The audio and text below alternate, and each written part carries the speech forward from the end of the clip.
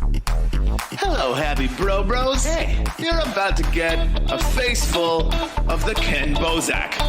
He's a mentor. That's what I heard. He's a connector. Oh, yeah. He's a brilliant leader. I've seen it. He's Ken Bozak. Oh, happy bro. You gotta get some Bitcoin and hold it. Happy bros. You gotta get those NFTs and you gotta hodl that stuff. You gotta hodl it. 'Cause I'm Ken bro. We got your Bitcoin, bro. He's an original.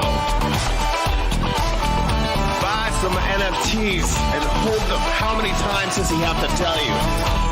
Going to the moon. We're going to the moon. We're going to the moon. We're going to the moon. Going to the moon. We're going to the moon. We're gonna get real high. We're gonna get real high. We're gonna get real high. We're gonna get real high. Yeah, we're going to the moon. We're going to the moon. Bro, we're going to the moon. Oh yeah, we're going to the moon. We're gonna get real high.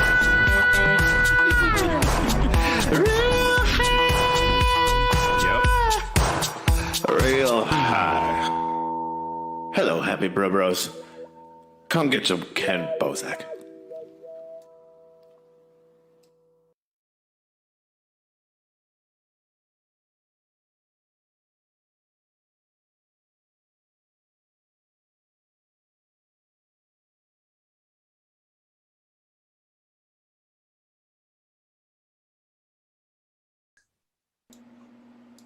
All right, we're live, bros. We're live. Welcome and hello. How goes it? What's up, guys?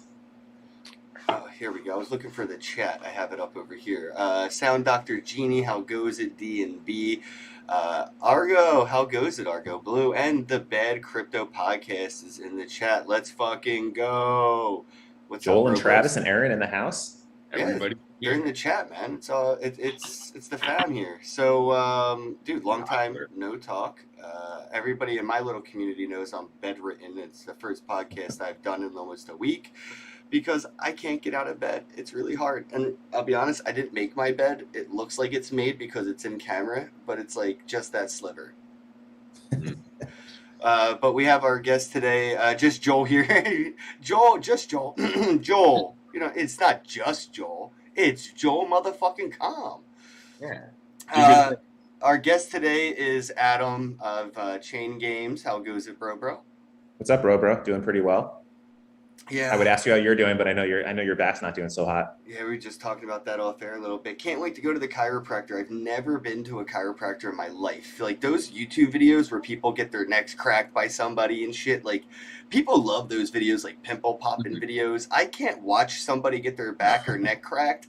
Instantly makes me feel like, I don't know, it questions my immortality. I'm like, oh shit, I'm going to die if somebody does that to me. I never once was like, oh, that looks good, that feels good, or I can't watch neck cracking videos, but I have to go to a chiropractor and against my like choice. So like, I'm hoping that when this person cracks my chiro, it's all good. There's two kinds of chiropractors. There's the kind that will crack you, and I've been to both, and there's the kind that are, they're not really doing their job. I feel like they have this little tapper thing, and there's this little device, and it's like pop, pop, pop, pop, and they'll like give you little pressures in these little spots, and you walk out like, I mean, I guess I feel something. I don't know. Dude, I find that little bit of pressure is all I would be able to take. Like, that's why I'm afraid to go to the chiropractor. I can't imagine my body taking any amount of pressure on my back right now, dude. I can't imagine it. You know, a lot of doctors, medical doctors will say that chiropractors are like pseudoscience and it's like fake. Yeah, I'll take I've that heard- over OxyContin any day, though. It's true. Yeah, it's like I went to a chiropractor. I was in a bus accident when I was like 13 and I thought it helped. yeah, bus. All right, chiropractor. Another bus. I was on the school bus and another school bus hit us. What the What the fuck? hell? Yeah. So that's like another one of my childhood fears right there, because like they don't have seatbelts on school buses, and like or at least they didn't when I was younger. I Right, think they and may now. they might now, yeah. And I remember like everybody saying, "Wear a seatbelt, wear a seatbelt," and that's like, you know, when I was younger, it was like a big deal.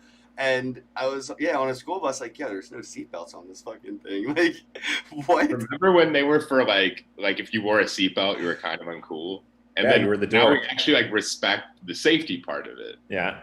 Yeah, well, it's not Pretty just for wild. your safety. You're wearing a seatbelt so you don't fly out of the windshield and hit a kid in a stroller because you smashed into a tree while you were drunk driving. Yeah, you become a projectile usually. Right. A lot of people don't know that. You So if become- you're not wearing a seatbelt, you're a dick to other people and not just being a dick to yourself. But And the anyway, I alarm? want to. the arm in the car, ding, ding, ding. That's a dick move too. Buckle it so we can Yo, stop. I love how Adam's shirt blends in with the background to where Just a it floating literally head. looks like a floating head with headphone wires. It's like a genie. Oh, dude, it hurts to laugh. Hold on. I have to, like... Brace. Yeah. Dude, this is me putting all my weight, by the way, on my forearms right now. Like, I am literally holding my upper body up this whole time. So, enjoy Look at that this. knowledge. Pain for you. I'm starting to like feel your pain from sympathy.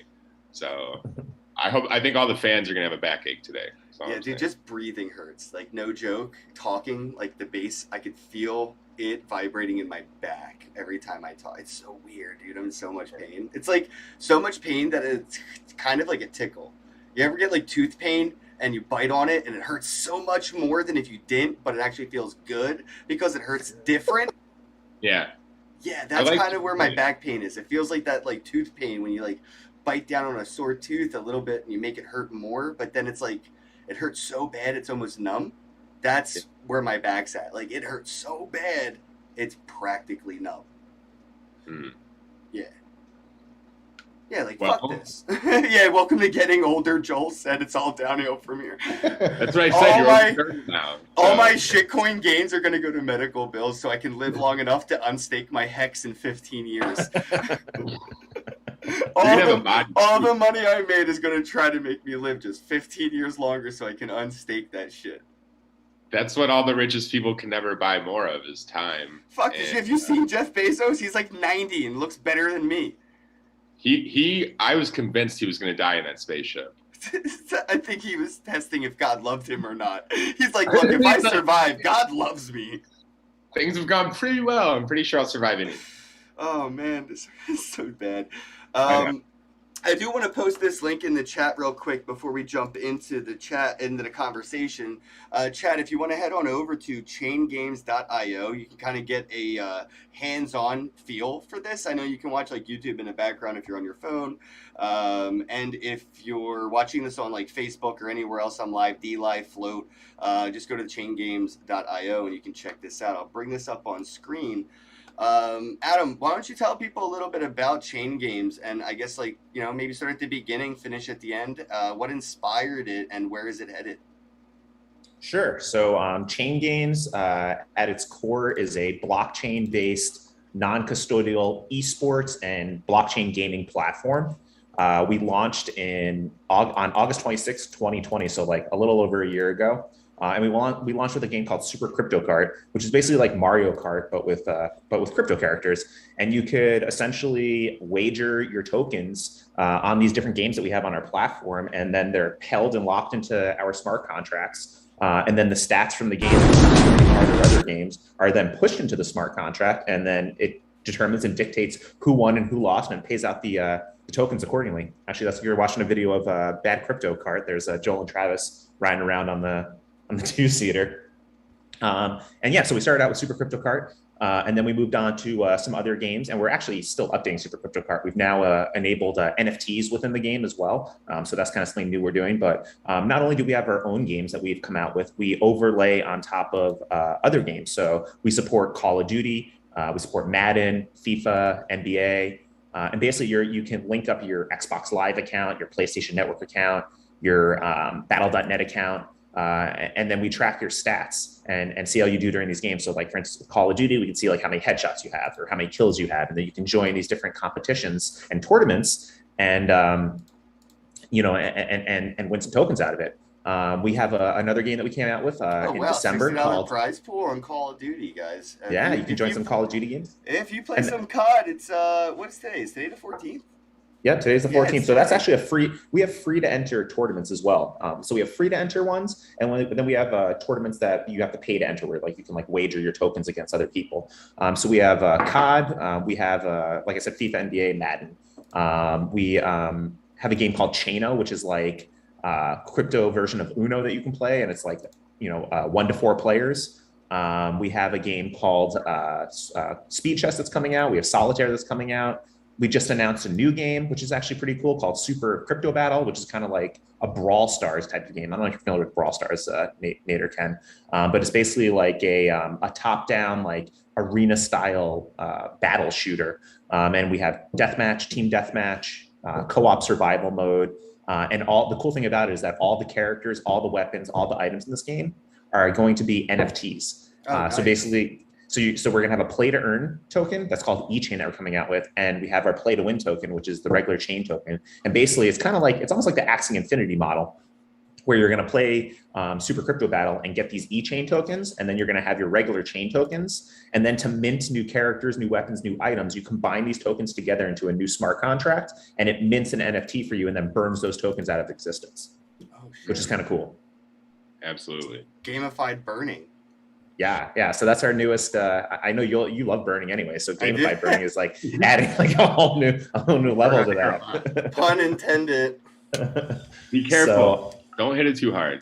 This is my disclaimer for like all that you hear is not financial advice. Like this, I feel like gets me out of any legal responsibility. Like for sure. Go all in on chain. Sell the house. Buy chain. Yeah, that's how I do it. You drop some knowledge on somebody, then you light one up, and they're like, eh. Right. Maybe I'll do my research. But they got the idea that you planted the seed. That's all that matters. Oh, Bad Crypto said they're addicted to Brawl Stars. So, yeah, that might be right up their alley, Joel. You might want to check this out. Yeah, this is like, it's going to be crypto Brawl Stars, essentially, which is pretty cool. So am I going to be able to fight modes? Joel? Are you going to have like this? Yeah. I have it. I have like my own Super Crypto card, like Joel and Travis with the Bad Crypto. Oh, you're saying your own character? Yeah. So, or am I going to have my own character? And will Joel have his own character? And will I be able to beat the shit out of Joel? You guys may have your own characters. We'll see what happens. But yeah, essentially that's what it's going to be. It's going to be like, deathmatch, team deathmatch, co-op survival mode, like zombie mode kind of functionality. And then it's going to be like zombies. Yeah, it's going to be like all play to win, like wager your tokens mode. And then it's going to be like play to earn, like you can earn tokens by doing like survival modes. Yeah, like endless wave type of thing. Yeah, exactly. And so we have like endless wave in like a single player format. And then we have like endless wave where you do it like co-op together with all like the people online. I can't tell you how much money I would have made playing Call of Duty Nazi Zombies if they would have had some kind of play to earn mechanic. Because me and my brothers, we were like some of the first to find like glitches sometimes, and we posted in forums. And it would just go viral, and they'd patch it. And we're like, well, we're done telling them when we find these, right? So we would find these glitches in Call of Duty. And we'd just go to like wave 100 or whatever, 99, and then just like, spam it out because the game would crash. 16 hours later. Yeah, exactly. Go to sleep, wake up, the game's still running. You're still in the glitch. Everything's safe. You can't pause the game. That was the worst part. So chain gang in the house. So having that play to earn model with kids today, I mean, do you see a lot of like kids playing in the chain games environment, or is this mostly like like adults? Or I'm just curious, is there like an age limit to like playing? Yeah, so the play to earn is there isn't an age limit. I mean, you have to be like over 13 to play that. Any of the play to win games where you're technically games of skill and you're kind of wagering tokens, you need to be over 18 years old to do that. So we have on the sign up form and disclaimers, you have to confirm and affirm that you're over 18 when you sign up. So those modes definitely you have to be an adult to play. Gotcha. Anything, Nathan? Sorry, I'm just all I can hear is my back hurting. I know I seen you wincing, and I was like, I just started thinking about. I don't know. I'm being too empathetic. It's bad for the show. No, but I think it's interesting that so it's 13 for Play to earn stuff. Okay. Correct.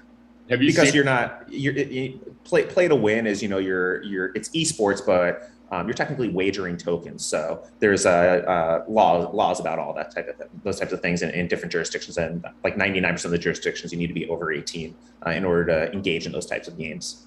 Have you seen enforcing that kind of stuff? Like, what kind of KYC do they actually enforce on it? Is it like just check this box? Okay, you're so good. that's what we have, and that's what our legal team has said would suffice, is that you check this box that you're over this Well, that's age. all like Pornhub has, right? I mean, whenever I go Yeah. to like Pornhub.com, it just has a pop up. Hey, are you 18? I'm like, yep, and that's like all I needed to do. So yeah, that's a requirement at for most of the even like when you go to like a tobacco site or something like that, they ask like the same type of thing, like, hey, are you over 18 years of age? If not, then they like redirect you to Google or something. Yeah. So Google very Play very Store similar. even does that. All you have to do with the Google Play Store when you buy a new phone is say checkbox, and then you can buy apps. Have you ever been contacted by any organization that's kind of like checking in on that to make sure that you're doing the right thing, or is it just kind of like the Wild West? It's like, all right, fortunately not yet, but okay. but this is why we have these restrictions in place, is because just to make sure that we're crossing our T's and dotting our I's in case something like that does happen, to ensure that we are compliant. And then I would imagine any malice. Sorry, I just imagine anything that would be like malice would be on like the end user for lying. You know what I mean? Yeah, I just wonder how close we are to like the powers that be discovering that there's money being made here. Well, that's why, and this is a good segue into that. This is why I think China is putting such a hard ban and restriction on gaming.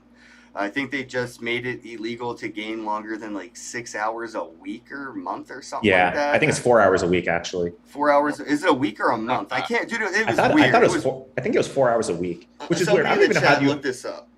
I don't even know how you enforce something like that. That seems like well, they have their own firewall, bro. They control that. It's their intranet that communicates with our. Yeah, intranet. I guess that's online gaming, but what are you going to do about people who are playing offline games or just like campaign modes and stuff like that? I guess they're allowed to play offline. It's the online shit that they don't. That's just so weird to me. Why does it matter? What's the difference between online mode and offline mode that makes a difference? You're still playing a video game one way or another. That means it must be about earning and less about productivity. That's what I was saying. I think it's a lot of the live streamers that are earning on things like Twitch even, maybe. It's too much of like a self-sovereign they don't want that capital they don't want capital export happening through Twitch streamers that are earning money in US dollars or other currencies, I guess, and not being in the Chinese yuan. I guess would they consider like CryptoKitties a game if all it is breeding? Because I mean, that those taking off quite recently are also around the same time they started to really announce, and Axes. A lot of these NFT games are taking off. A lot of them are out of China, so it's almost like they're coming straight for themselves. Like, you know what I mean? Like the blockchain game without saying it. I think that's what they're trying to do without saying it. And I'm just curious, what Nathan kind of brought up was, have you worried at all about like complete new regulations being written for like blockchain gaming? I don't see it happening in like the US or Europe or the primary countries and demographics and geographic areas that we're targeting. Obviously something like that could did and easily happen in China, but I don't even think we allow. I need to check our terms of service. I don't even think we allow Chinese gamers right now because there are such weird rules out there. So I don't know. China always has weird rules about pretty much everything. So that's not as much of a concern. I really don't see something like that happening in like the US or Europe or anything like that, or Australia, New Zealand, Canada. Yeah, Joel, it is Joel. He said it was Joel. I just I see the Bad Crypto podcast and I want to be ambiguous, but I know who it is. So Joel said Chinese people can use VPNs. That is correct. Yeah. And I'm sure they already do. Yeah, I hope so. I do hope so, but I also know that you don't want to get caught with one either. Everyone should be using a VPN, even if you're not in China. That's just good practice to if you want to ensure that your data is and what you're doing is secure and not being sniffed by your ISP or anyone else. You might as well just use a VPN anyway. Yeah, no, for sure. Trevor said 3 hours a week, but it's for young people in China. So it's 3 hours a week. Young people, so I don't know what that entails. What does that mean? Like 18 or younger, or Probably. Yeah. Probably people in school. But yeah, that's what I was thinking when I first saw that announcement about the China gaming ban. I was like, well, yeah, it's blocked. They're specifically targeting blockchain games without saying it, because people are earning so much money playing these blockchain games right now. Imagine playing a couple rounds of Call of Duty in China and what, $60 for winning like that prize. Like that starts to add up, and that can really, scare a dictatorship like that. It's what's interesting is like 60% of the player base of Axie Infinity is Filipino. And they're saying that Filipinos are now earning more per day playing Axie Infinity than they can earn at like an actual real job that pays in the Philippines. And what's happening is, and this is like even like crazy now. So like in order to play Axie Infinity, I think you need, I don't know what it is now, but like a couple of months ago, like, to like start out with an Axie and like mint it and like, get going with it. It was like around $1,300 it would cost you to get started. Like, cause you had to like, pay for the NFT or create your own or whatever.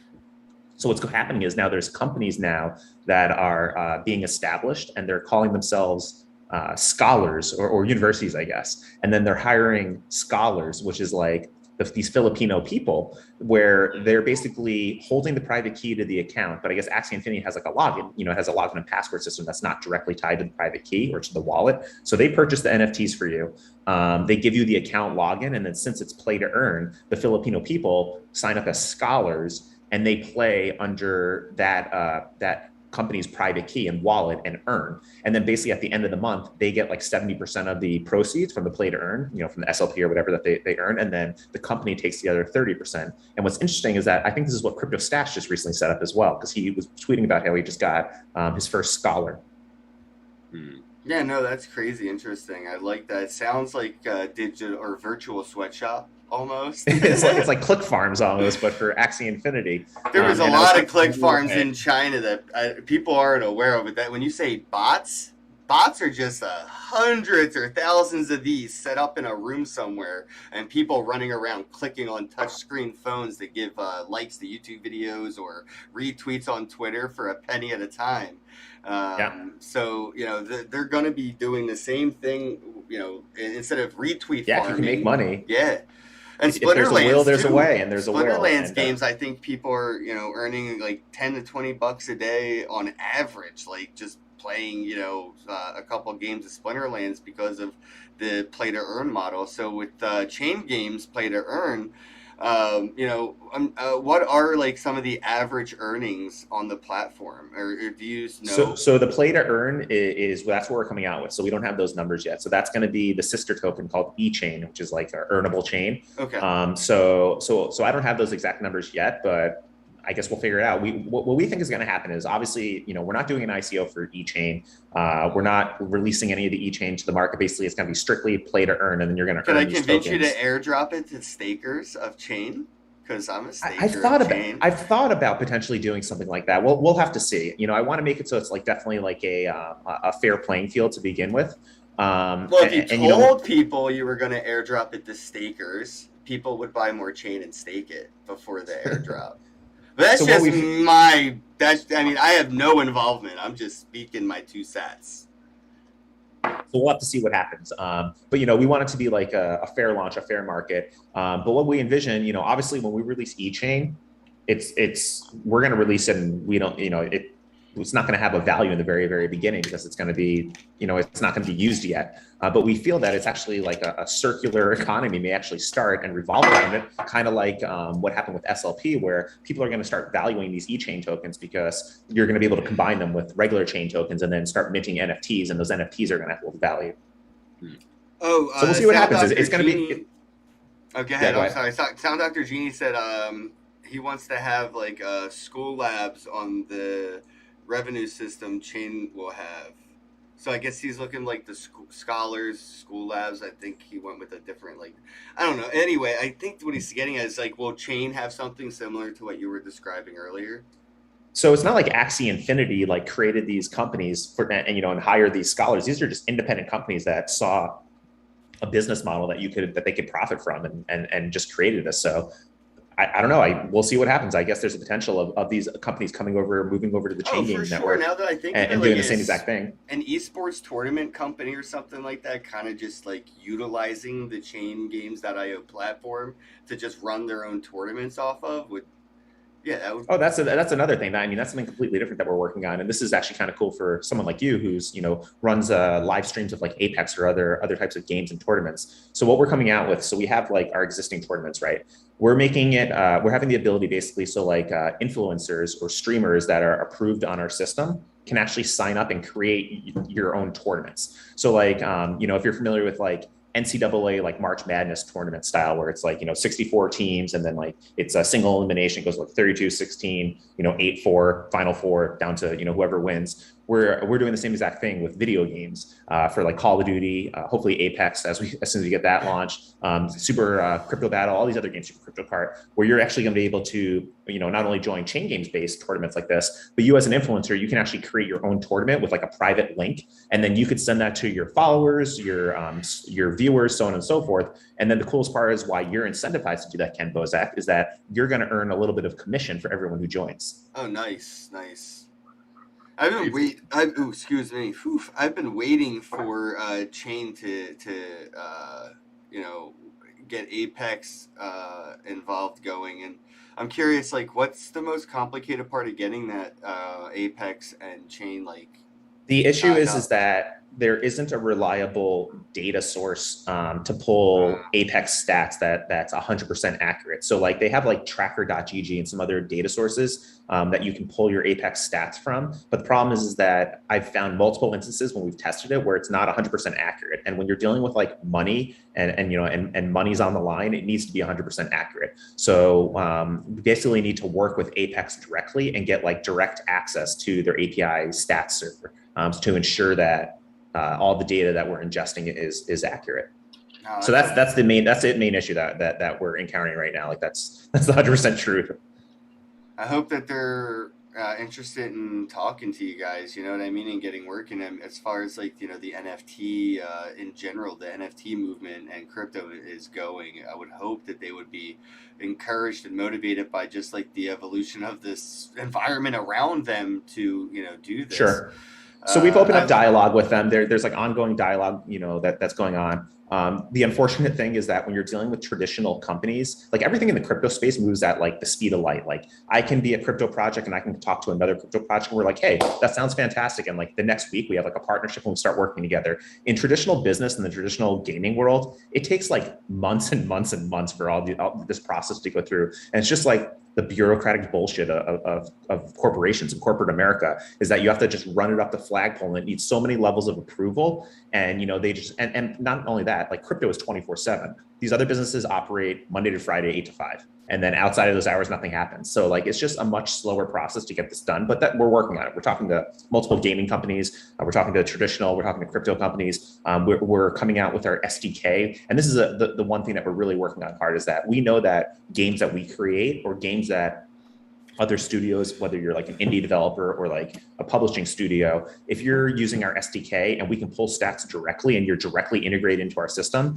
it's a much better experience from like the user perspective, from a stats perspective, and just overall, pulling it into our ecosystem using that methodology. So that's what we're really driving forward. And actually, just today we announced that we're opening up to any developer, whether you're like indie, publishing studio, whoever, coming up with a game. You already have a game. You want some extra revenue. You want some more eyes on your project. You want people to join from the crypto community. You can actually contact us now, and we'll give you private access to our SDK and our APIs, so that you can start connecting your game into our smart contracts. And we feel that's gonna be massive because like we're not just a gaming like blockchain company where like we have one game that runs on our with our smart contracts and in our ecosystem. We're building a blockchain gaming ecosystem and an entire like gaming dApp store so that all these different games, from like casual games to like first person shooters to whatever, can join into our ecosystem and start getting having their users play for chain tokens or e-chain tokens or being connected into this environment, into this community, which we think is going to be massive. It's going to be huge. We're going to have an entire blockchain gaming community that's all revolves around this gaming app store. So would it be possible to incorporate other blockchain games that already have similar models and like combine the two, so I could earn absolutely 2 coins for one game? Like yeah, absolutely. So, Splinterlands, right? Like Splinterlands, I can earn Dark Energy Crystal or SL or SSPS or whatever, and I could earn Chain if I play Chain games. So, is there a way like we could potentially see like a Chain Splinterlands tournament combo thing? yeah, absolutely. They would just need to like contact us and work with our SDK or API, and then they can connect into our system. And actually, we've had new games that are up and coming. Like we announced a partnership with a card based game. It's kind of like Splinterlands. It's called Crypto Battle Arena, and it's like Oh, cool. an RPG card battle game. And they were originally just going to have it on Ethereum, and then they contacted us, and now they're moving it over to Matic because Matic is way cheaper. There's like no gas fees, and they're actually connected into our system so that people can play for e-chain and chain tokens and have like play to win and play to earn models. So we're already starting to see that happen, and as like our our SDK, our API layers, our ecosystem gets more advanced, I think this is going to happen across the board. And we've already had in the past week or so, I've had like 7 additional requests from indie developers and people who already have existing games that have been built, and they're like, hey, we want to connect into your system. How do we do this? Is there like a limitation on the type of game that can be incorporated? I mean, is there like anything that you guys are just like, nah, we can't mess with that? I mean, we want high quality games, so that's like the first thing. So in the very beginning, since this is like a private SDK and a private API layer, in the very beginning, we're going to be kind of selective of who we choose that we're going to allow into the system. But once we open it up to the world and we're like, hey, anyone can download our SDK, anyone can integrate with our system, then pretty much anyone will be able to do it. Right now, for eChain, the only restriction we have is that all of our games right now are games of skill.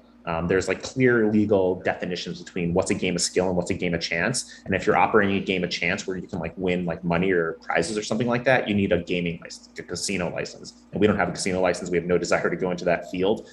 So any game of chance, if you wanted to come into our platform, it can only be a play to earn game. You can't be like a play to win where you're like wagering. Anything else is acceptable in both methods, in both modes. Yeah, I guess like a clear division of like what's chance, what's skill would be like drawing straws would be like a game of chance, and tic-tac-toe would be like a game of skill.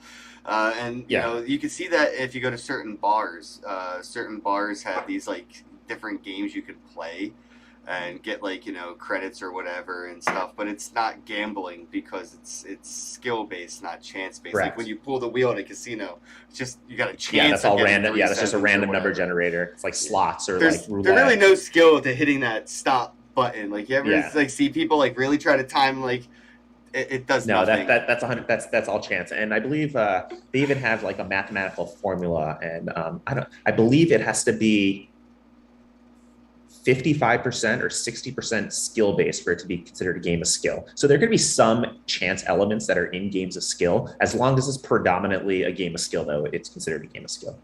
Oh shit! I guess blackjack would be skill if you can count cards. They consider blackjack chance because I know they do, but because some people can actually it's keep true. There's up people with that are the game, skilled. then it's Yeah, just oh, skill. yeah, I agree. There's definitely, But a lot they of won't games let that- those people play because they're cheating technically because they have skill 'cause and they- a game yeah, of 'cause chance. they don't want to lose. You know, It's the like, actor Ben Affleck is a card counter. He's been banned from many casinos. Really? That's Yeah, interesting. something that you don't expect to be like highly intelligent, but yeah, extremely intelligent. And I'm just saying that because he was Batman. Ben Affleck, yeah, I could see him doing that. He wasn't he like a Jersey boy? I could see that. Yeah. Yeah. What's interesting is like with the games of skill and games of chance is that it's been concluded multiple times that poker is a game of skill. But for instance, many like jurisdictions and even like our legal team was like, you guys want to steer clear of poker. It's just like too risky. I can see that. Yeah, because I could come in with 0 skill and still win with some chance. Like, Yeah, but it's like it all comes back to that formula though. Like, is it predominantly skill and there's a little bit of chance involved? I mean, almost every single game there's a little bit of chance involved. so those are the kind of games that users steering clear from. Is like poker and basically gambling in general. Correct. Yeah. So unless we make it on the play to earn model, which is completely okay. So we can come out with a poker game that you can earn eChain on, and that's fine. Would you? As long as you're is not that something that you have considered? Considering you have. Oh yeah, Chino? absolutely. Yeah, That's dude, how that we would be want fucking awesome. That's how we want to get into games of chance, is make them strictly play to earn, and then you're earning this eChain token for it. Yeah, there's so many online poker players that have trust issues with the game itself. Sometimes playing online, to where like Yeah. I'm like, dude, blockchain solves this. Like it's such a meme. They say like blockchain solves this or that, but it definitely solves those transparency Oh issues. yeah, absolutely. We could even publish like kind of like, I don't know if you're familiar with like Satoshi Dice, but Satoshi Dice would Yeah. take like the hash of like the last whatever however many digits of the hash of the Bitcoin block that was just mined, and that was the random number generator they would use like in their code, and they would like post this every 10 minutes, so you knew that like they weren't bullshitting you. So we can do kind of something similar where like we take the last hash of like the last Ethereum block. It's like, quicker every 14, seconds or 10 seconds. And we post and we're like, here, you can verify this, that this is the random number that we use to generate all this data. Sick burn on Bitcoin, by the way. You couldn't resist. I love Bitcoin. I mean, can't like, laugh there's just as hard as I want to. there's just, I mean, there's use cases for everything. There's use cases for Bitcoin. There's use cases for Ethereum. There's use cases for layer 2 solutions. There's use cases for Solana and Binance Smart Chain and Cardano and all these other solutions that are coming out. Each blockchain has its own pros and cons, and there's benefits and disadvantages, and with being more decentralized, more centralized in terms of like speed and effectiveness. So I feel like there could be many chains that exist simultaneously. It just depends what you want to do on it. Speaking of many chains, how have you thought about interoperability with chain? And like, there's now several. There was only Ethereum when it came to like gaming, blockchain gaming, and I know Splinterlands was on Steam and then Hive. Mhm. They were like a weird exception. Everything was being built on Ethereum at the time, and now it's 20 more blockchains that handle gaming smart contracts, NFT smart contracts, things of that nature. Have you thought about interoperability with chain games and how to like touch on those other blockchain games to bring them in? Sure. So we were actually one of the first projects, I think one of the first like 7 or 8 to actually move our smart contracts and our gaming contracts and even create like a peg token on Polygon Matic. Oh, nice. And the reason why we did that was that we launched August 26th, and that was like the start of DeFi summer, or like the middle of DeFi summer, where like gas prices like shot up to 600, 700, 800, even like 1,000 gwei, and it was like ridiculous to transact. So we had to like pivot super quick, and we ended up creating a layer on Matic, which is layer 2, and we implemented what we call EIP 712, which is an Ethereum improvement proposal, but it allows you to pay gas fees on a user's behalf. So any user that's on our network, they don't pay gas fees at all. We pay all these gas fees on their behalf on the Polygon network for them, so that it's a much better user experience. But that's what we did initially. We supported Polygon. You can then transfer everything from Polygon if you want to onto Ethereum. We have, we're on a Ethereum-based dexes like Uniswap, but then we also have like QuickSwap, on the Matic chain, and then we have Binance Smart Chain support, which is only supporting our token right now. We envision eventually that we're going to have gaming support on there, and we want to be blockchain agnostic, basically, to take advantage of these lower fees. Yeah, definitely. That's I mean, when it comes to fee riding, you want to get to the cheapest wave as possible to ride. Interoperability is the way there, especially with speed too, not just cheapness, but you want that information to be quick, because there's I would hope eventually going to be thousands of games being played, feeding data to the chain games, and users are going to need the quickest in and out information as possible. Even Ethereum being a little bit quicker than Bitcoin isn't probably going to be scalable enough if this does take off to that fashion, which I'm staking a bag of chain right now because I'm waiting for Apex. Everybody doesn't even know. Like I want my chain and Apex so I can go ham. And that's because I can't play Call of Duty. I tried, man. I gave up on that game. Well, we have to get you into Super Brawl, or not Super Crypto Battle, which is like Brawl Stars. I think you'll like that as well. And it's Android based, and we're actually I saw Super Crypto Card has the Android app now, right? Yeah. You need a pretty good video card though. Super Crypto Card is kind of graphically intense, so you need like a decent video card in your Android mobile device. So depending on how many Ultra 20, that's like 5-6 cameras on it. It should be good. Oh, okay. Yours should probably be okay. What we're actually doing though is we're planning on porting. So Super Crypto Cart was our first project. It was like our proof of concept, our, and just to like show everyone how this ecosystem, how this interaction will work with the smart contracts. So we actually took an open source game and an open source 3D engine, and then modified it and connected it into our smart contracts. And the 3D engine that it uses it's not the greatest 3D engine. So it kind of you need like a pretty decent hardware for it to make use of it, and it doesn't include all the cool things that like Unity's engine or Unreal's engine has, like ray tracing and all that shit, and like crazy shaders. So what we're actually working on is that we want to port Super Crypto Cart to Unity and make it where it's going to be a much better game. It's going to be more 3D. It's going to support ray tracing. It's going to support more devices. So that's already in the works to kind of port that over. Unity supports in-game NFT assets now. I don't know because I don't develop games or whatever, but I read an article a little while ago that said something about Unity having it's in the development toolkit now to tokenize the sprites or in-game assets. So it's not part of their default packages yet. You can download add-ons from like the Unity Asset Store and get that type of functionality. We're working with Unity, with whatever we're creating. We're creating a Unity SDK. So there's going to be a lot more information coming out about that. But basically, right now, none of that stuff is really included. We think eventually it will be, but as of now, it's like those are all separate third-party add-ons and packages. How involved are NFTs in chain now? So we have the NFTs in Super Crypto Cart on testnet.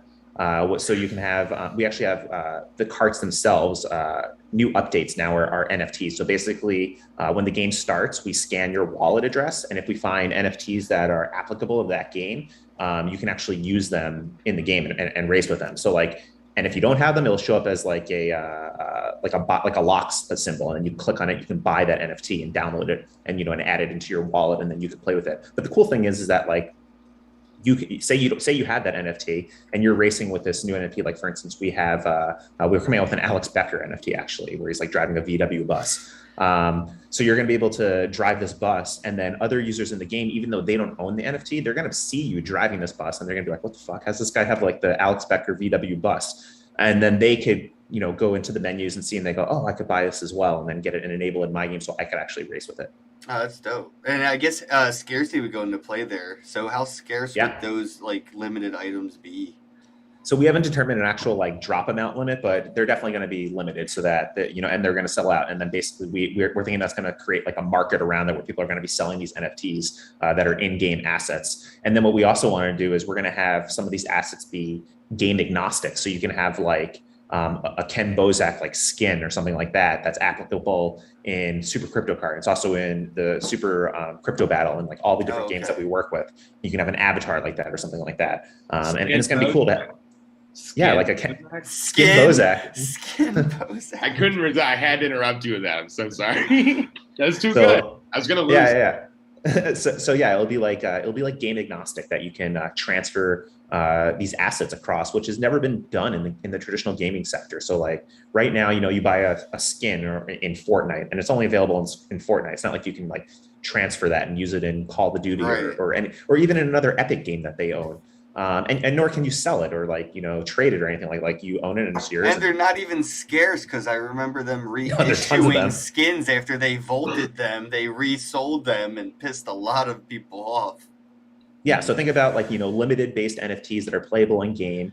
You don't want it anymore, you can sell it. It's gone up in value. You don't want it. You want to make some money off of it. You can sell it, and then it's transferable between different gaming properties and titles that are on the Chain Games network. So that's what we're really working to build is are these cross compatible NFTs. I like that I'll be able. I like to use me as an analogy. I'll be able to be in multiple chain games as potentially one asset, and it'd be almost like the Lord of the Rings ring. There's one NFT to kind of play to rule them all. Yeah, exactly. When he said Skin Bozak, all I saw in my head was Nathan wearing a bathrobe, throwing lipstick on. Like, would you hodl me? I'd hodl me. I mean, I can make that video for you. We can make that dream come to reality. Yeah, make that video where you're in a bathrobe and you're saying, "Will you hodl me?" I would, or "Would you hodl me?" I'd hodl me with lipstick smearing over your face, and just upload that to Twitter and tag me. when we were in Brooklyn and you were trying to get Miggy and I to do a naked mirror selfie with you, Yeah. we should have done it. But I was the only one that was down. Mickey's like, I have a kid who will see this when they're grown up, and you're like, I have a wifey, she'll leave me. I tried to convince them to get naked and take a picture naked with me and post it on the internet, and they were just like, we'll do no. the bathrobe instead. We'll just do like the Hugh Hefner style, like a smoking robe. Yeah, dude. It's only cool if we have cigars. If we don't have cigars, it's almost like the gangbang, but the girl never showed up. I always burn. It's like that meme. Yeah, exactly. But she never showed up. I think that's from Friends, right? Didn't Joey like accidentally watch a gay porn? I know way too much Friends info, by the way. Yeah, I'm more of a Seinfeld guy myself. I was a Seinfeld guy, I was gonna say. Yeah, I'm a Seinfeld guy. I can relate almost every single day in life. I can almost relate it to a Seinfeld episode. I like Frasier more than Seinfeld when I was growing up. Frasier's yeah, I watched a lot of Frasier. I like Frasier. I just don't picture you as a Frasier guy for some reason. Really? Yeah, it seems like, not to say that you're not sophisticated, Frasier seems like a prim and proper sophisticated show. I think that's why I liked it. I don't know. I always liked like British like public broadcasting. Like I watched a lot of random like British shit while growing up on like PBS 12 or something. Doctor Who. Oh man, yeah, the original black and white. Yeah, dude. I don't know why. I just always found that humor more funny than like American slapstick. It felt like cavemen just discovering fire. Like watching American comedy was so dumbed down. Yeah, I'm a Monty Python guy too. Yes, so it's like that. Holy Grail, it's good stuff. Holy Grail, Life of Brian. It's very slapstick. I actually didn't like that till I got older. Like I didn't like Elf with Will Ferrell for like a long time. Like I didn't like. I thought it was hilarious. The most annoying fucking actor ever. Sometimes he's hard to like, and then other times he's like very easy to love. I've watched the movie Anchorman at least, like not kidding, at least 300 times. That might have been what really made me like him. But have you seen the newest Anchorman? It uses probably every joke from Austin Powers trilogy. Like if you watch, it was a horrible movie. Watch Austin Powers, all three, and then watch the last Anchorman, and you're just like, yo, this dude totally stole Mike Myers' fucking jokes. Like Will Ferrell comes out like, oh, behave, baby. You start talking like British all of a sudden. You're like, shit. They actually ripped it off for real now. They need Anchorman 3. I wasn't ready for that. Speaking of ripping things off, have you seen anybody trying to compete in the same space as Chain Games is in the way that yous are? Because it seems to be the model to try and copycat. Like it's totally where esports is headed, but I haven't really, at least on my peripheral, seen anybody that I could be like, it's like Chain Games, but this is like, you know what I mean? There's nobody to really compare you guys to. You're so unique. We found there's like a couple of different projects that are just doing like one game. Like you have like your Axie Infinity, or you have like what they're just creating like one blockchain game. That with their own token. And it doesn't seem like there's very many projects, or at least not that many that I know, that are creating like an entire ecosystem to draw on all these different games, and then creating like a gaming app store or dApp store, to pull it all in together. So I think we're very unique in that. We want to be pushing the envelope and really be like the go-to blockchain gaming source. And whether you're a crypto gamer, a new gamer that's getting into crypto or blockchain gaming, like you can just come to our site, our dApp store, download it. If you're into like an Angry Birds type of game or a casual game like Chano, you play that. If you're into like first-person shooters or more hardcore games, you can play those as well. And really, encompassing and engulfing like every different type of gamer. Nice. I had a question from the comments, and I think this could be touched on multiple things other than League of Legends on Chain. But how easy would it be to incorporate other games that are like League of Legends or World of Warcraft, things that may have open API for their data? What games are kind of on your like to-do list or hit list, so to speak, of getting on next? And I guess like what makes it feasible? Because Matt wants to know League of Legends, is that something we could see on Chain? But I wanted to take that to farther and say like, how do we get more of those like top 5 popular games like Fortnite and shit like that on Chain? Sure. So the main thing is that If we're not working directly with the company that's producing these games, we need to have some sort of like public method of accessing the stats, and the stats need to be accurate.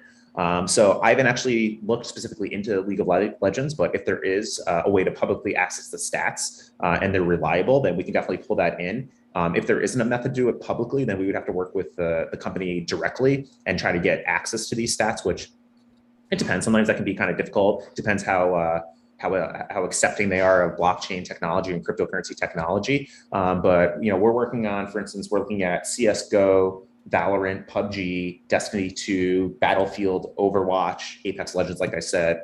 And I mean, we would love to integrate every game that's out there as long as there's stats available and we can pull these stats into our smart contracts. Then we can integrate with them. Or if they want to work with us directly, we can give them SDK access or API access, or they can just basically expose if they don't want to be that integrated and they just want us to pull the stats. We can pull the stats from them in kind of like a pull method.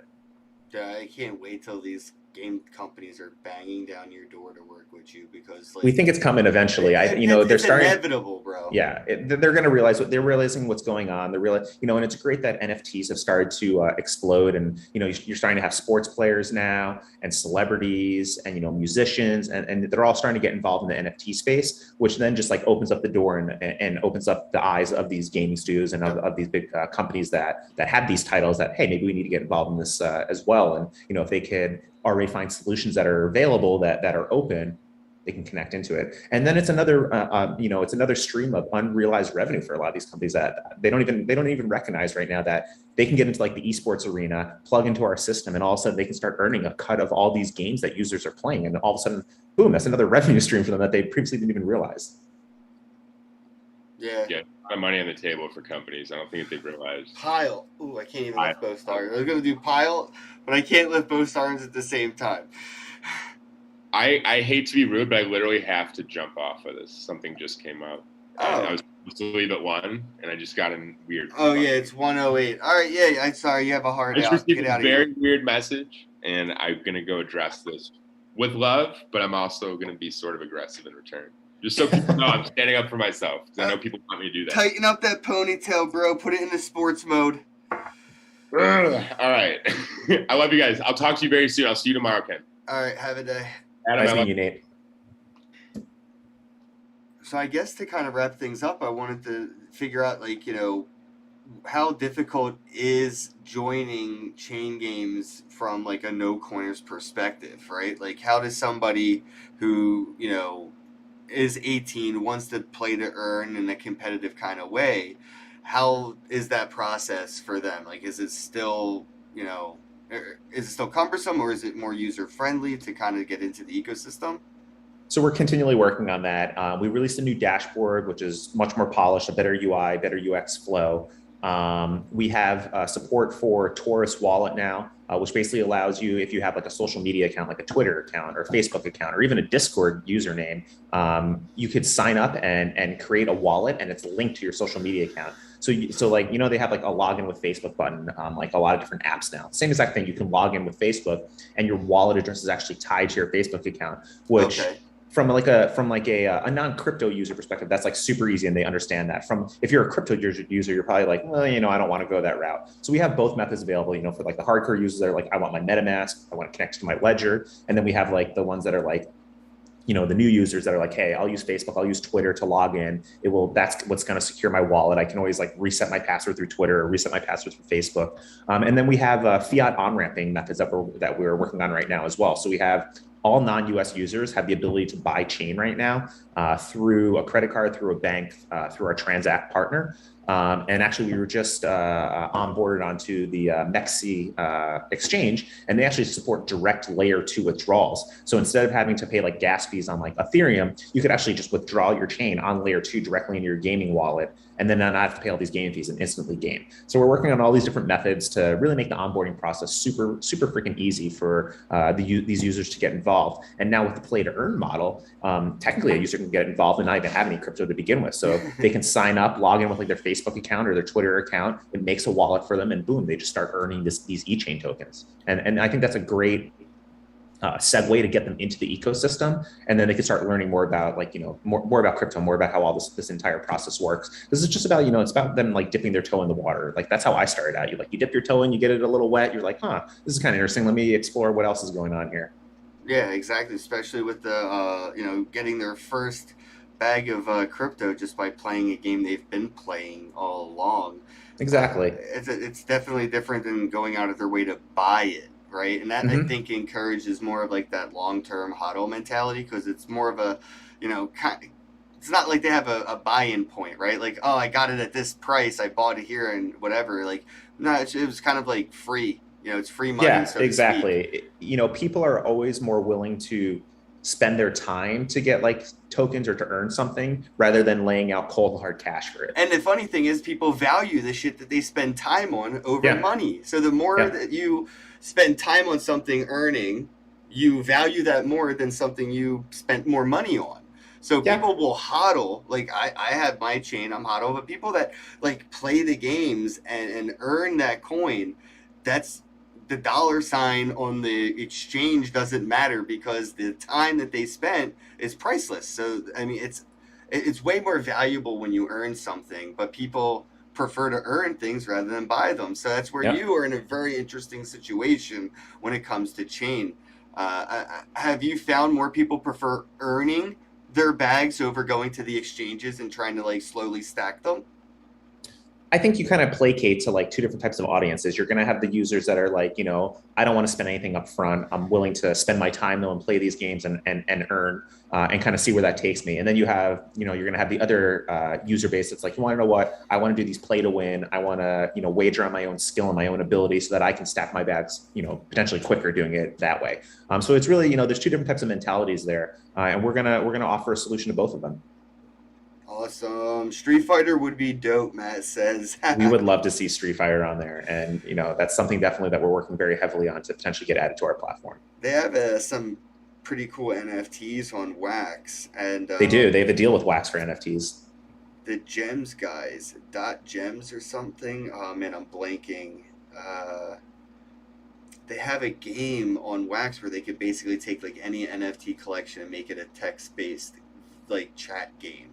So like they could probably do something like, and that's another. There's so many different types of games, man. Like Nifty Wizards is like a text-based game in a Telegram chat channel. Yeah, I've seen that with Kurt. That's Kurt's game. Yeah, Kurt's game, yeah, and they use Dust and all these like cool NFTs to be able to do things in the chat with text as the game. Those are the kind of games I would love to see on chain. Even though it doesn't like sort of fit the bill of all the other things, I still think like those text-based blockchain games that are incorporating NFTs like Nifty Wizards would be a good fit community-wise, like bridging the communities over. Well, the great thing is that we have literally an open ecosystem. So whether you want that type of game or whether you're into like a hardcore first-person shooter, you're going to be able to play both of them on chain games. So we want to cater to the entire gaming audience, no matter what your gaming preference is. Because I could put like chain tournaments up for Nifty Wizards. They have battles, so like every hour, whoever kills the most wizards gets the prize pool or something, and that would just be a way to like cross-pollinate the communities.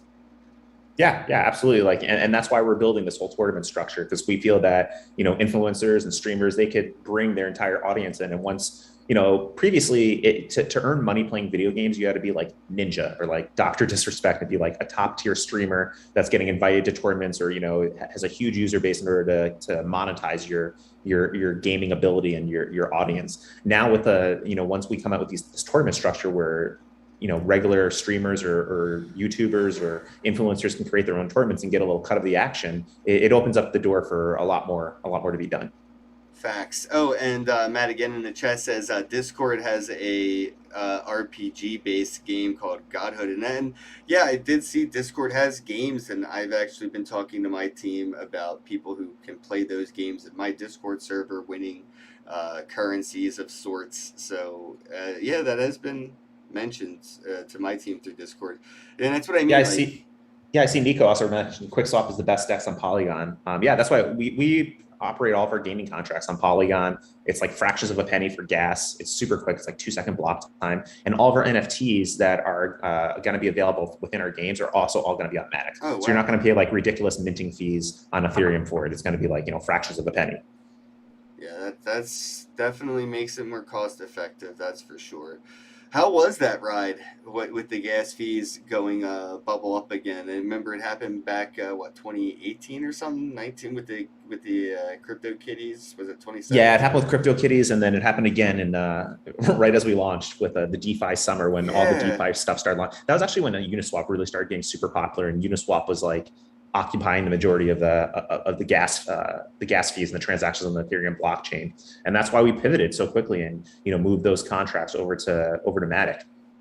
That was actually, so I mean, it's been great. It's been great on Matic. It's super quick. It's super cheap. I mean, like, I don't know if you've ever really messed around with Matic, but like I've had one Matic in a wallet that I just use as a test wallet, and I've done like hundreds of transactions with it, and I think I have like 0.8 left. I've used like 0.2 so far, which is the equivalent of like, what is that? That's like 25 cents, 26 cents I've used. Nice. Yeah, I haven't really dabbled with it much. I haven't really used anything outside of the EOS or Wax ecosystem in a while, just because like that's where I personally like play around. So I'm trying to get as fully immersed as possible. And I haven't really played with anything Ethereum at all, and no matter what layers or distances it is from it. But I definitely do want to, get more involved if 2.0 comes quicker than later. I mean, you've been in crypto, forever as well as I. Like waiting for 2.0 has kind of started to bum me out.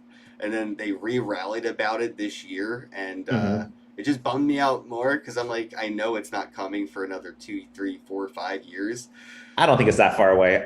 They're projecting it's like 12 months. I think it's probably closer to like 18 months. I mean, they already have the beacon chain out, which obviously isn't, that's just doing validation right now. But once the entire smart contract layer comes into effect and ETH 2.0 is like really enabled and sustainable, I think what you're going to start seeing is you're going to start seeing a lot of these competing chains fall by the wayside. And I don't necessarily consider myself an ETH maximalist. I just know that ETH is the most decentralized smart contract-based blockchain. And if you want something that's decentralized and you have something that's actually of real value that you want running in a decentralized manner that potentially can't be reorged or there can't be a hostile takeover of the chain, you're going to run it on Ethereum. I mean, like people are all gung-ho about Solana, for instance, right now. And Solana, like I said in the very beginning, all these blockchains have use cases. But anything of real value is going to run on something that's completely decentralized because you're concerned that value could be taken away from you. And something like Solana I think they have 792 validators right now, but the top 20 validators pretty much control the blockchain. Oh, shit. So those top 20 validators could technically collude if they wanted to. They can halt the chain, they can reorg the chain. And that's not that many people. That's like, that's 20 people. That's like not much difference than like Binance Smart Chain. I think Binance Smart Chain has 21 validators in a DPoS EOS, type of setup. Same with EOS. EOS is 21 validators. Yeah. And, these blockchains, there's always trade-offs. You can have a blockchain that's people are always like, oh, but Solana does 65,000 transactions per second. Well, yeah, that's because it's super centralized. The more decentralized you have trade-offs. The more decentralized you are, generally the slower you are. But Ethereum is going to change some of those things with sharding and some of and moving to proof of stake. And I truly believe that ETH 2.0 is going to be the game changer. And really, there's not going to be any other blockchain that's really going to be able to catch up, including Cardano, including all these other solutions that are coming out. And that's not to say that you still can't have cross operability and cross compatibility solutions where you're running on multiple chains, but anything, like I said, anything of real value is going to be running, in my opinion, on Ethereum. And the fact that Ethereum started out as proof of work and is transitioning over to proof of stake is also another reason why it's more decentralized now, as opposed to just starting at proof of stake where people could just buy in right from the very beginning. Yep. Yeah, a lot of people forget. How many Ethereum is it again that you need? You need 32 to stake 30, your own I was node. going to say 42, but I think that's just because that's the answer to the universe or whatever, 42. Yeah, you need 32 You need 32. And you could pool your Ethereum technically with like a pooling service. But again, that's not as decentralized, obviously, as having your own validator node. And I believe there's like over 7,000 validator nodes right now on the Beacon chain. Yeah, Ethereum's it's only going to increase. PDX says, what's the Coinbase wallet connection in the staking dashboard used for on chaingames.io? Sure. Coinbase has their own wallet. They bought Toshi, Toshi, Toshi. It was probably one of my favorite fucking wallets until Coinbase bought them out. But yeah, Toshi got bought out by Coinbase. Now Coinbase has their own wallet where you get your private keys, because Coinbase is an exchange where you don't get your private keys. So they have an exchange and they have a wallet. And Chain is a token that you can stake. So if you wanted, we could wrap up on that, let people know a little bit about the incentives for staking, and how to and where to participate. Sure. Yeah. So any wallet that you control the keys to, like the Coinbase wallet, and that's not your like the Coinbase app. The Coinbase app is custodial, where like Coinbase controls your keys. There's an actual, like Ken was saying, a Coinbase wallet, which used to be called Toshi, which you control your own keys for, so you can interact with it. So if you have your tokens on like Coinbase wallet or Trust Wallet or MetaMask, or even like a ledger or something like that, you can actually stake your tokens on staking.chaingames.io. And what staking enables you to receive is that you start receiving 15% of all fees of all games that are played on the network. So as we start adding more games, more users playing these games, these staking rewards are going to go up, and it's a weighted staking pool. So if you're staking 1,000 tokens and say there's 100,000 tokens in the pool, this is just an example, you'd be 1% of the entire pool, so you'd be entitled to 1% of the rewards coming into that pool. We also drop benefits and airdrops to these pools as well. Like the other day, we dropped like 120,000 tokens. We have a drop of 1.5 million that's coming in the middle of actually the end of October, but you had to be staked for 2 months from August 26th to October 26th to be eligible for that. And we've done multiple drops like that in the past of like anywhere from like 1 to 2 million tokens. I think this is our 5th or 6th drop. So we've literally dropped like 12 million plus tokens to the community, which at current value is like, that's what is that? That's times at like 20 cents. So that's like $2.4 million worth of tokens have been dropped to the community. So definitely something substantial. Sorry, a second here. I got Mr. Joe Blackburn is calling me, and I got to cancel his call. Sorry about that. Oh no, we can wrap things up here. I just wanted to let people know. No worries. So yeah, so you can stake. Also, we drop other benefits to the staking pool, like for instance, the Crypto Battle Arena partnership that we signed up or that we're partnered with. They are actually dropping the top 200, it's 3% of their NFT supply. So the top 267 stakers are going to get a free Ninja NFT card to play in the game. So we have all sorts of benefits that we give to our stakers, whether it's tokens, whether it's NFTs, basically, just for paying them back and encouraging them to lock up their tokens. You can get some rewards. Nice, dude. That is awesome. Yeah, I'm staking some Chain. I honestly don't keep track of any. I just stake, set it, forget it kind of thing. Same thing I did with Hex. People are like, why'd you stake all your head? Like, because it's just easier than staring at it and being active. I'm really passive when it comes to my crypto. It's like the least I can do for the most I can get out of it, and that's staking. And that's why I stake my Chain. And we're enabling staking on Matic. That's coming out very, very soon. It's on testnet right now. Oh, cool. And it's moving over to mainnet. And basically, you're going to be able to stake your Chain now for like fractions of a penny for gas fees, as opposed to paying Ethereum gas fees. That was one of the things that a lot of our users who didn't have very much Chain, like they only had maybe like a couple $100 worth, they didn't want to stake it on Ethereum because it could potentially be like $60 in gas fees to stake. So now instead of $60, it's going to be like a fraction of a penny, and you could stake it on Matic as well. Nice. Yeah, unstaking is an expensive bitch. Yeah, it depends on worthwhile. Yeah, it depends on the gas fees, and it depends how much you're staking. It could be generally like right now with what gas fees are. Gas fees has kind of gone down in the past week or so. It's about like $30 or so to like stake and unstake on the Ethereum network. But there's times when gas prices spike where it could be $100 plus, and obviously if you're only staking a few $100s of chain tokens, it doesn't pay to spend $100 to stake it. So, but that's why we want to offer this Matic solution for users that don't have as many tokens. They can still get in on the fun and get some of those benefits. All right, some from the chat here. When is the Ninja NFT going to drop? So Crypto Battle Arena told us when we initially announced the launch that it was going to be around 5 to 6 weeks for them to implement our smart contracts and our API layers. So we're probably looking at about 3 weeks now. I would say that the Ninja NFTs are going to drop and the game's going to come out, this new game on the platform. All right, there you go. You got your answer. Next one is, which month do you plan the next exchange listing? I guess, yeah, when's your next exchange listing, if you have any on the roadmap? Sure. So this is a question that we get asked a lot, and I have I have a little bit of a disdain for centralized exchanges, especially recently. Biloxi was hacked. Their hot wallet was hacked, and we didn't pay to get on Biloxi. They added us, for free, and just because we had a good trading volume. But Biloxi got hacked. Their hot wallet got hacked, and a user took 45 ETH worth of chain out of Biloxi and immediately dumped it into our Uniswap pool and took 45 ETH out of our Uniswap pool. So I'm really not a big fan of centralized exchanges. I feel a lot of them. Why. I've been around the block. I've been in this for a number of years now. I see what a lot of these centralized exchanges do. A lot of them are just wash trading bullshit exchanges, truthfully. And I'm really only interested in, I would say, about 6 or 7 top exchanges to get added to. I would say the exchange that we really want to get added to the most, probably, that's like not at the top tier, is probably KuCoin. Aside from KuCoin, really the only other exchanges I'm interested in are Coinbase, Binance, Bitfinex, Crypto.com, Gemini, and that's probably it. Like, really, anything other than that, I could care less about those exchanges. I mean, we get approached all the time by tier 2 exchanges that want to add us. Sometimes they want to ask for free. Sometimes they want like us to pay a fee to it. Sometimes they want us to give them like tokens to give away to their users. And it's just not worth it, in my opinion, unless you're going onto one of these top tiered exchanges. Yeah. So we have plenty of liquidity on Uniswap. We trade on PancakeSwap. We have liquidity there. We're on QuickSwap. There's plenty of decentralized exchanges that I feel are much safer, where you control your keys. I live very strongly by the ethos of not your keys, not your coins. And I very strongly encourage users to use DEXs.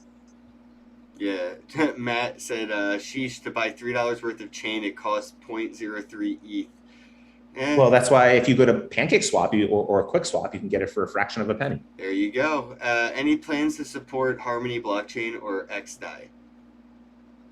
Not at the moment. We'll see what happens. The only chain that we really have plans to potentially integrate would be Cardano once they get smart contracts a little more nailed down. Aside from that, I mean, we're pretty comfortable with Matic right now, with potentially moving over to Binance Smart Chain, and then being on Ethereum. And like I said, I believe once ETH 2.0 comes out, that you're going to see a lot of these solutions that are going to be washed away. Gotcha. All right, man. I guess I can wrap things up here. My back hurts so bad, bro. As like I can hear the high pitched squeal of the pain. So I gotta wrap it up. Okay, no problem. I was opening up the questions to the chat. They are coming in. If anybody has any last second questions, I can shoot them real quick. Otherwise, I do want you guys to head on over to Chain Games. I'll bring it up for you. Yeah, you can go to chaingames.io. That's our website. Check us out on Twitter, Real Chain Games. You can come to our Telegram chat. It's linked on chaingames.io. It's just, the channel name is just Chain Games. You can find all the exchanges we trade on there. We trade on a handful of centralized exchanges as well as decentralized exchanges. I see one of the questions is that from Morton, that Chain Games website only directs you to Uniswap, and this is true. We do have the most liquidity on Uniswap. Second most liquidity is actually on PancakeSwap. So you can go to PancakeSwap if you want and search for us. All right. I'm just scrolling through. Have you hired, or I guess I would just say, are you hiring any team staff at the moment? Anybody to work on the team or fill in community efforts anywhere, volunteers or anything?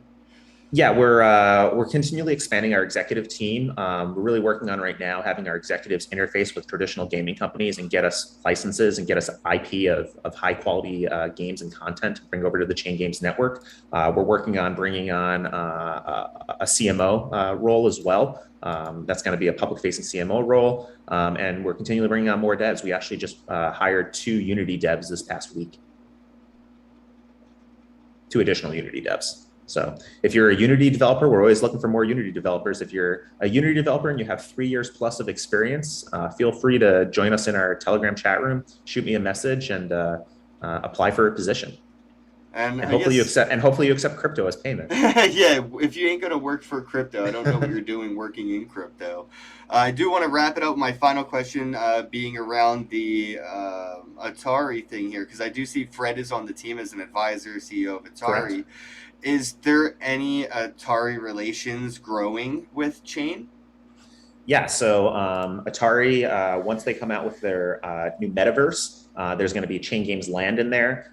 Any of the Atari titles moving forward that are blockchain based will incorporate the chain token as well.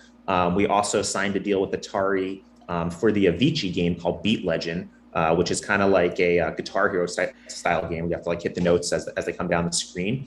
So once our SDK is finished, they're going to be working on implementing our SDK. Yeah. So we're thinking probably around like Q1 that's going to come out, and it's going to be Beat Legends that supports the chain token. And you're going to be able to, it's on the app stores already. It's on iOS, it's on Android, and you're going to be able to play against users for chain tokens. I was just at the arcade like a week or two ago playing Guitar Hero. So that's a fun game. I still like it. I'm not bad at it. Dude, I haven't played in forever. I picked it up and I played on hard.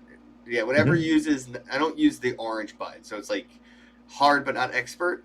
And I was like super good. I was like, okay, like this is, I wasn't this good when I first played the game. So it's like riding a bike. So I can't wait to bring that into a play to earn model because it's so much fun. I used to play Rock Band when I was younger. I played percussion. I played drums growing up. So I used to do drums on Rock Band. It was a blast. Yeah, I took a lot of classes for instruments and quit them all because I'm not ambidextrous. But, not very good at it? Not at all, dude. If there was one string on the guitar, I'd play the hell out of it. But more than one, it's a little too complex. I can't do the whole like string and frets. I could just do one at a time. So I can. It's like patting your head and rubbing your stomach at the same time. Can you do that? Yeah, can't. No, no. I'm not even gonna try it. I don't want you to hurt your back, so don't. Yeah, dude, it's so. I'm literally like been digging my elbow into the table, holding myself the fuck up. Don't worry, I'm gonna send you a link when we're done here to that brace that I got when I was having back issues. You're gonna love it. It's gonna save your life. Like, look at my elbow for the table. Just anyway, you're gonna have calloused elbows. Yeah, I'll be in the hospital for my elbows hurting next. All right, guys, we're out of here. D&B, thank you. PDX, thank you. We got KA, because your name's really hard. I'm not going to try to pronounce it. Matt, we got Dan, Philip Stanley in the chat. Al Bundy was here. Thanks for tuning in, bro. Joel again from Bad Crypto. 3D, thank you. Oh, Crawler was here. Didn't even see you, bro. Thanks for stopping by. Matthias Luciana said, that's wild, bro. Wait until you see Apex on chain, bro. I'm gonna put you on, Matthias. I'm gonna put you on, bro. Argo Blue, thank you for tuning in. I really appreciate all your support, Argo Blue. Sound Dr. Genie, sending love to you. I know you're working on your crypto house. And yeah, shout out again to the Dingleberries fam. I see Bundy in the chat. I'm out. As always, have a day. Hello, happy bros. Hey, you're about to get a face full of the Ken Bozak. He's a mentor. That's what I heard. He's a connector. Oh, yeah. He's a brilliant leader. I've seen it. He's Ken Bozak. Oh, happy bro. You gotta get some Bitcoin and hold it. Happy bros. You gotta get those NFTs and you gotta hodl that stuff. You gotta hodl it. 'Cause I'm Ken bro. We got your Bitcoin, bro. He's an original. Buy some NFTs and hold them. How many times does he have to tell you? Going to the moon. We're going to the moon. We're going to the moon. We're going to the moon. Going to the moon. We're going to the moon. We're gonna get real high. We're gonna get real high. We're gonna get real high. We're gonna get real high. Yeah, we're going to the moon. We're going to the moon. Bro, we're going to the moon.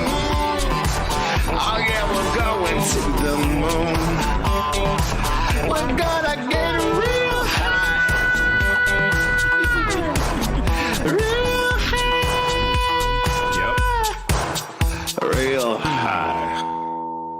Hello, happy bro bros. Come get some Ken Bozak.